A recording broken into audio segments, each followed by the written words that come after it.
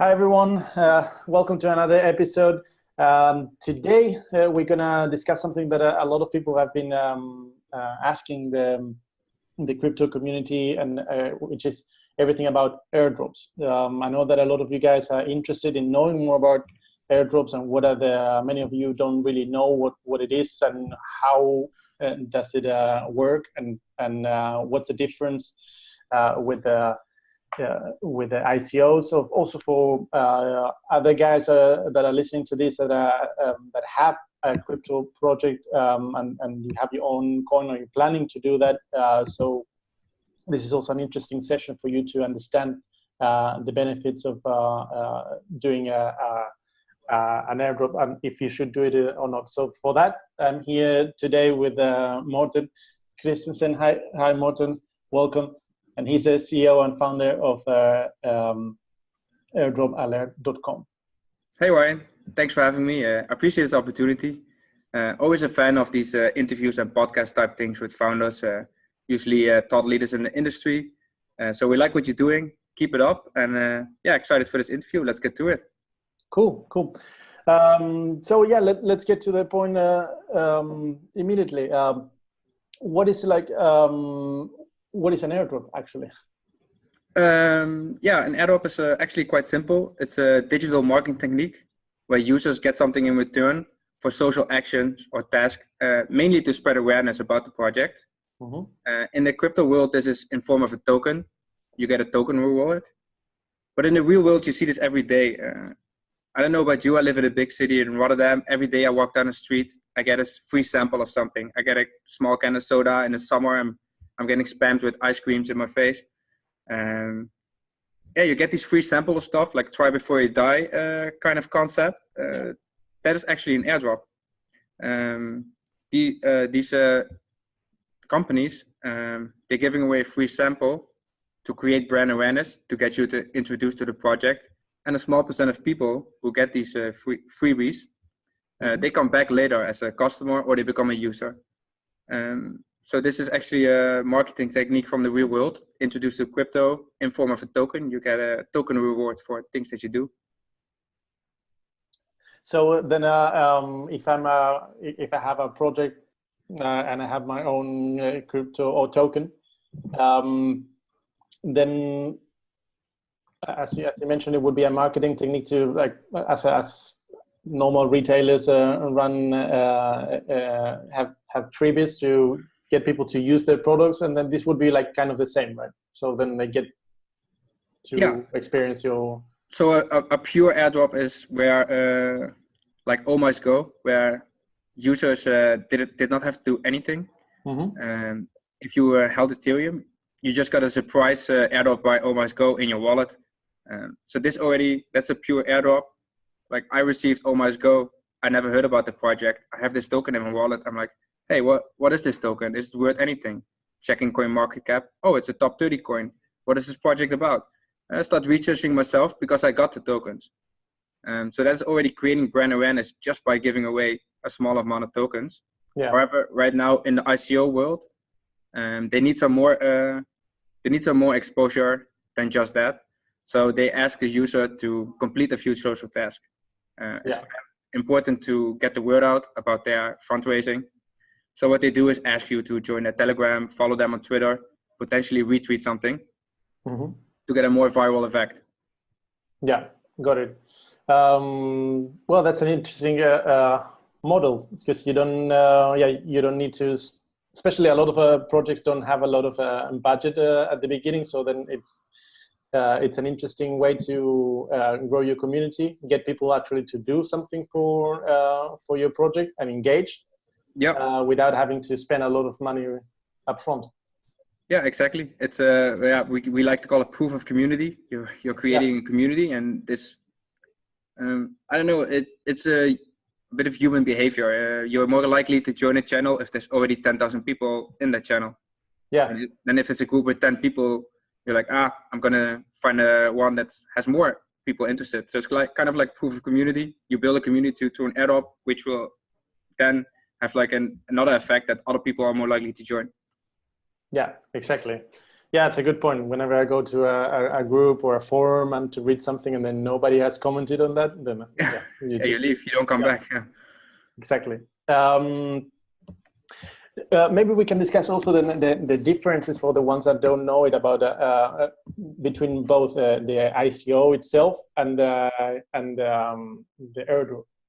Oh yeah, I can do that. An ICO is an initial coin offering, and usually they offer you a coin in exchange for an investment. So they're looking to fund their project, and that's why they are selling some coins to fund their project. But an airdrop, you get it for free. They might ask you to do some social things, but you don't need to invest any money. You're getting it either completely without any job, or you need to do a few social tasks. So the difference is money. Yeah, exactly. And is it also in your experience, have you seen like projects doing both? Is it complementary as well, or? Oh yeah, completely. We see actually the majority of ICOs now conducting an airdrop. There's, especially in 2018, Q1 and Q2, there was an influx of ICOs, and to stand out, everyone was doing an airdrop, or let's not say everyone, but the majority was doing an airdrop. And we still see that today. Most of the ICO marketing agencies, they offer airdrop as a standard thing in their marketing, because they see the positive effect this has on projects and the community. So in the ICO world, we see the majority of projects conducting an airdrop just to get the community building going. Yeah, well, that's interesting. Maybe now that you were talking about like the benefits, actually, we can get a bit more in depth into that. What would be your let's say we just meet in a meetup, and I tell you, Morten, I have this project, and I'm looking to do an ICO late somewhere in 2019. But I'm thinking of running an airdrop as well, but I don't know what the benefits, like what would you say are the top three, or like the most important things they should understand? Yeah, this is funny actually, because a year ago, this was the question every ICO would ask me. I had hundreds of calls with different CEOs explaining them the benefits about airdrops, and I had a whole routine going. But now the last 6 months, everyone, or the ICOs at least, they already know the benefits. So we skip that whole part of the call, and they go straight to the facts and figures. So let me get back in my memory. If I would say the three key benefits is number one, brand awareness or exposure. You get the word out immediately to a lot of people. The other one is wide distribution. And ICO usually has a very limited amount of investors. Even if they raise millions, it could be less than 500, sometimes less than 200. I mean, the BET ICO last summer, it got sold out in 5 minutes by 10 people, I think. So if you have a project and you have 10 people holding your tokens, who's going to use your tokens? And who are the people coming to your project? It's a difficulty at that point. Exchanges also want to see wide distribution, because if you have 200 token holders, if a token gets listed on exchange, there will be no trading volume. So a wide distribution has multiple advantages, but it's important. Project needs, I would say, a minimum of 20,000 wallets to distribute after ICO. So at least there's multiple people knowing about, multiple wallet holders, multiple possible traders, That's a very good point, because then yes, we all know, like if you have if you run an ICO afterwards, you're going to have to go and then list in an exchange, and then those exchange will ask you precisely for this: how big is your community, or how engaged is your community, how many wallets have your coin. Yeah, exactly. Yeah, if you have 10 people holding your tokens, who's going to trade them? There will hardly be any volume. So wide distribution is definitely important. And last one is proof of community. I think community is very important, not only in crypto, in any business, really. Daily active users. Facebook is one of the biggest companies in the world just because of their daily active users. You need a big community. So proof of community is the third one. Yeah. Interesting. Now that you were talking about, like, maybe we can get more into the how to, and then maybe we can split it into, like, for how to find, for the people that are looking to, like, be like for the airdrop hunters. Yeah, and I like that name. and for the airdrop, issuers or the projects behind. So if I'm looking to be involved into and do some tasks in return for an airdrop, what are the best places to go, and what are the kind of tasks that you have seen they have to do? Okay, so for the user, obviously I have to say airdroplure.com is the best site to find airdrops. Yeah, of course. We have a strict due diligence team. We want to make sure we list legit projects. So we take care of our users. We reject a lot of projects. We also list the rejected projects on the unverified airdrops with the reason why they rejected. So if you're a user and it's an airdrop we don't list, you can check that list. You can see why we rejected the project. Unverified airdrops doesn't mean that the project is a scam. We just couldn't identify it enough to be sure it's safe for a user. And a user can still decide if they want to join in or not. There's multiple social medias out there that promote airdrops. A bunch of crypto news sites are also listing airdrops now, because they see that it's a great way for people to get introduced to crypto. I always explain it as a very low risk barrier into crypto. I've been explaining crypto to people since 2013. Everyone is worried what happens with my wallet. I have to explain the private and public keys. And now it's become fairly easy. I just say, you know what? Join a few airdrops. You get the tokens for free. If something happens with your wallet, you're losing your free tokens. So people can go to the beginner steps while collecting airdrops. So, especially if you add that to like I definitely see there's a lot of value in websites like airdrop. Alert.com. So I keep on forgetting the name. Sorry. Because then you want to see that there's first a lot of projects in one place. There's an aggregation, and second also that there's a team looking behind those projects. So also you don't waste your time doing tasks and then it was a scam or something like that. So all of our projects undergo a due diligence process, usually of minimum 2 hours, 2 to 3 hours. We have 2 or 3 people looking at every project to make sure there's no mistakes being made. We listed about 2,500 airdrops now in 1.5 years, but we rejected more than that. So there's been over 5,000 airdrops in the past 18 months. And do you see like more projects? Is there any like geolocation that is like you see more projects coming from, or like more Asian projects, or is it just like? It's a good question. I think like recently we see more European. Like there's an uptick in European projects. I think because Malta is becoming regulatory friendly. So a lot of these crypto companies, they move to Malta, or at least they say they move to Malta and have everything set up there. So we definitely see an uptick in European ones. I still deal with a lot of USA projects. Often they're not based in USA, but the team is from USA. But you see some exotic projects too, where they are based in the island of Man or Belize or Gibraltar. The tax friendly countries. Exactly. And now actually maybe we can go to the other side, more to the projects themselves, the ones that want to run. How is the process for them, and then maybe we can also use that as a segue on why they should also consider on doing it on place like your site, where they can actually have more exposure, or like in short, like if I'm a project, what's the next step if I want to start doing an airdrop? All right, there's a couple of things. There's a lot of ICO marketing agencies. They offer airdrops in their packages. So like Mazy Community Management is one big ICO marketing company.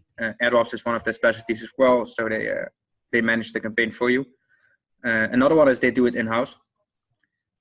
So projects can, like a year ago, we saw a lot of projects just making a Google form, collecting all the information, and then trying to distribute.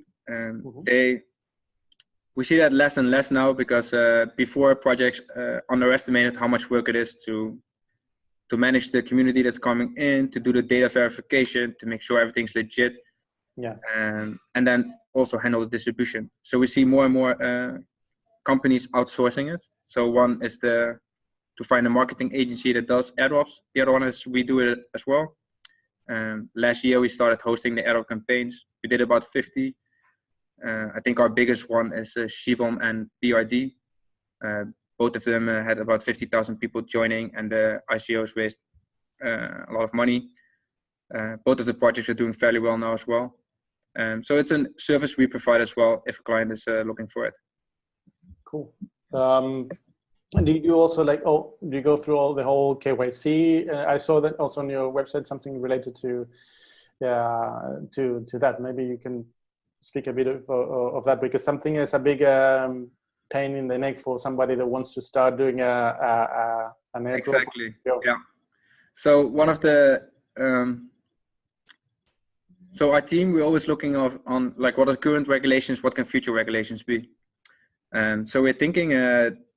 Our thought is that most of the countries, as you already know probably, they see any token as a security. So we're waiting on like a final verdict on it, if it's going to be utility or a security. If, however, all tokens will be a security, we're doing everything in our power to make sure that we will be compliant on that front. That's why we implemented KYC as well for the airdrops. We're using Civic as our partner, and they are a KYC company that specializes in the crypto niche. This way, if you KYC with Civic once on a crypto project, you will be KYC'd for all projects partnering with them. It will be as simple as scanning a QR code. So I agree, for a user, it's kind of annoying. Like, you want to join Airdrop, you have to go through the KYC process. However, if you do it with us, you will be like KYC'd for multiple airdrops. So you're not doing it for one, you're doing it for all our future airdrops that we host ourselves. And you're doing it for all projects that use KYC by Civic. Yeah. The Civic has a partner page which has like 100 crypto companies. So the meaning that if you KYC for our airdrops with Civic, you'll be good for all those projects as well. It's just like QR code done. So that's why we choose them. So Civic is like the most, for what I've seen, they're like one of the most, or if not the most known KYC provider in the crypto niche. Yeah, in crypto for sure. For sure. We used MyTech before, which is also used by Dutch banks like ABN. However, we switched to Civic just because they are crypto focused, which could benefit our users. Cool. Interesting. Yeah, it makes sense. Also, then you never know where and it's also good for the projects themselves that they have this verified users. Exactly. Yeah. We also KYC the clients as well. So for the users, they also know that we KYC the ICOs as well. And if they don't want to KYC, we just mention it in our listings. Like, this team did not complete our KYC process. So this is also something that a user can see if a project is going through this process or not. The main point is just in this crypto space, you have to look out for regulations, what is coming, what is current. Try to be open for negotiations. Like if government officials want to come by our office, like we're incorporated in the Netherlands, our address is all over the place, so they can just knock on our door and we'll sit down and discuss the future of the industry. Yeah, exactly. Maybe just one more thing in that, and then maybe we can go towards the end and discuss a bit of the part of security tokens, and then how does a airdrop work in that new sphere. But just one other thing related to the process of creating the airdrop. How does it work on the distribution side? Is it do you guys also manage the distribution? Well, you mentioned at the beginning that you also manage the distribution for the client, or they use your platform and then they can distribute from there? So everything that happens on the Ethereum network requires gas. So if you distribute to 50,000 people, that's a lot of ether being burned. Yeah. So this is the reason why we offer the clients, we offer them a smart contract. We have it ready. Multiple clients used it. So we offer them a smart contract to distribute the tokens. They're free to use it themselves. What we see now is a new type of smart contract where a project lets the user pay for the gas themselves. So basically you put your tokens in a contract, a user sends 5 cents of gas to the contract to claim that tokens out. Again, this is a small inconvenience for the users since they're paying 5 cents to get their 100 or 1,000 tokens or whatever the airdrop amount was. But it saves tremendous amount of money for the project. Yeah, that's a very good point, especially for the projects that are like really early stage that don't have, they haven't got any investment at all. Exactly, you have to watch that burn rate. Yeah, exactly. You don't know if you're gonna be around in the next 2 months. You don't want to be minus 50,000 or something like that. No, exactly. So that, yeah, it's a very good point. So now talking about like where everything is moving also is we have heard a lot about security tokens that are coming in, that maybe like a lot of the utility will become securities, but also securities on itself, it's also growing a lot. Can those security tokens offerings run also an airdrop as the same way that ICOs did? We believe that if we like verify the things that we already verify, that it is possible. So we are KYCing users plus clients, and they're verified versus some government lists like AML, Adverse Media, and like 20 other lists. So on both sides, we know users plus clients are clean. We have a strict due diligence teams walking through everything. We're trying to talk with government officials to see where the space is going, and we're open for conversations. So right now, there's not a strict saying yet on how this will work, but we're open to talk with anyone to see if we can make this work. Cool. Yeah, that's very interesting, because especially also then it's another avenue for growth for blockchain projects as well. I think it's the best way to get people into crypto. Like, the best way to get users, offer them something for free. So if you have a mother or a cousin interested in crypto, they don't want to buy it. Show them how an airdrop works. Yeah, exactly. So for everybody that is listening to this or watching this, and you have not pulled the trigger yet because you don't want to lose money, you just like want to get to grips and understand how everything works with the wallets and all that part. Yeah, this is a great way to start. The risk is almost nothing for you. It's just a win, and you get to learn more. And also, then you never know if there's if you run a few, if you participate in a few airdrops, you never know which one will. Maybe some will grow a lot also. We saw that a lot last year in the bull market. We saw some crazy airdrops having a value you wouldn't believe. But now in the bear market, it's obviously different. Yeah, exactly. My colleagues told me Ether 133. I was like, what's going on? But that's also not good for the airdrops, of course. Like, these are startup projects. If Ether's going bad, a coin will struggle to perform well. But exactly. I always tell the users or people in my office, like, keep collecting the airdrops. As soon as the market turns around, you're basically holding almost lottery tickets. Like, because some of them might be worth something, some of them don't, and then if they don't become worth anything, you still learn the process of making a wallet, making an exchange account to sell your airdrops. You're still going through the beginner steps everyone needs to go through. Yeah, exactly. So at the moment that you buy Bitcoin or Ether or something like that, you know how the process goes.